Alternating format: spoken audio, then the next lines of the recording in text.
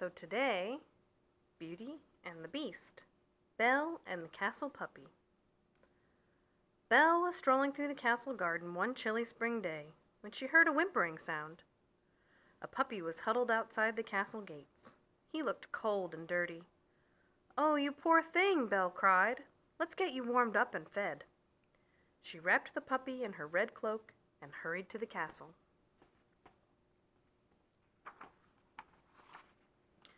Belle and the enchanted objects gave the puppy a bath. The coat rack brought a towel.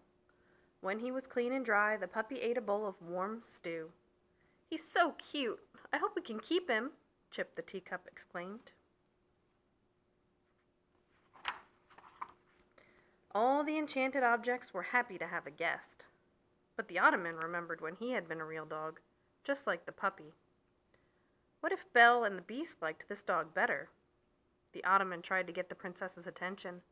With a funny little grrr, he raced around the kitchen, but no one noticed. A moment later, the puppy barked at the door. "Do you want to go out to play?" Belle asked. As Belle and the others followed the puppy outside, they didn't see Ottoman slink out behind them and walk in a different direction. They laughed as Belle threw sticks for the puppy to fetch. The Beast walked up to Belle a while later. "Someone has dug up my roses," he exclaimed. Then the Beast saw the puppy. "Did that dog ruin my garden? Get rid of him, now!" The Beast roared as he stomped away. A moment later, the ottoman ran past Belle and the others. His legs were muddy. "The ottoman dug up the garden," Belle exclaimed. "But why?" Lumiere the candelabrum asked. As Belle watched the ottoman chase after the Beast, she suddenly understood. "Oh, poor little guy," she said. "He just wanted some attention, too." Suddenly, the puppy raced after the ottoman. Barking playfully, they both disappeared among the trees. "What if they don't catch up to the Beast? They'll get lost," Belle exclaimed. "I have to bring them back safely." "But it's getting dark," Mrs. Potts protested. Belle looked at the long shadows creeping through the forest. Clutching her cloak tightly, she took a deep breath and started towards the trees.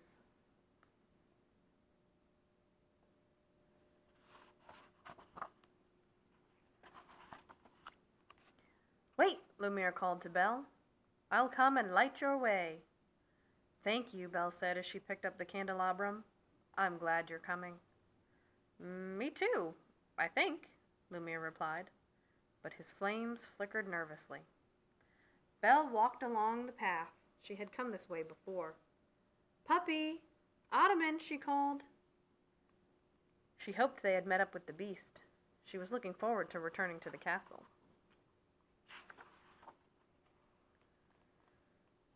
A moment later, something rustled in the bushes.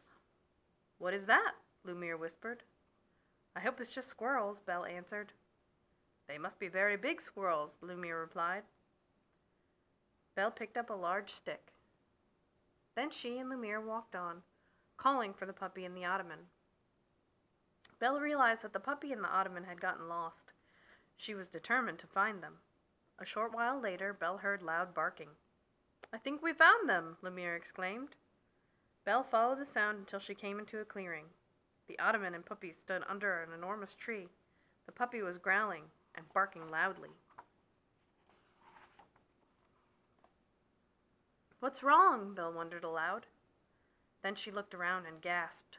A large wolf was sitting nearby. "The puppy is protecting the ottoman!" Lumiere exclaimed.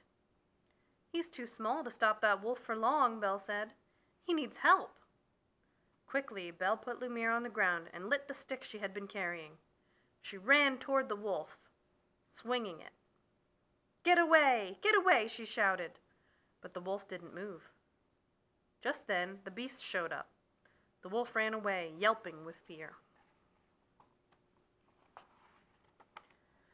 "The puppy tried to save the ottoman," Belle told the Beast. "They are brave little fellows," the Beast answered. Cradling the puppy in one arm and the ottoman in the other, he led Belle to the castle. Later that night, everyone settled by the fireplace.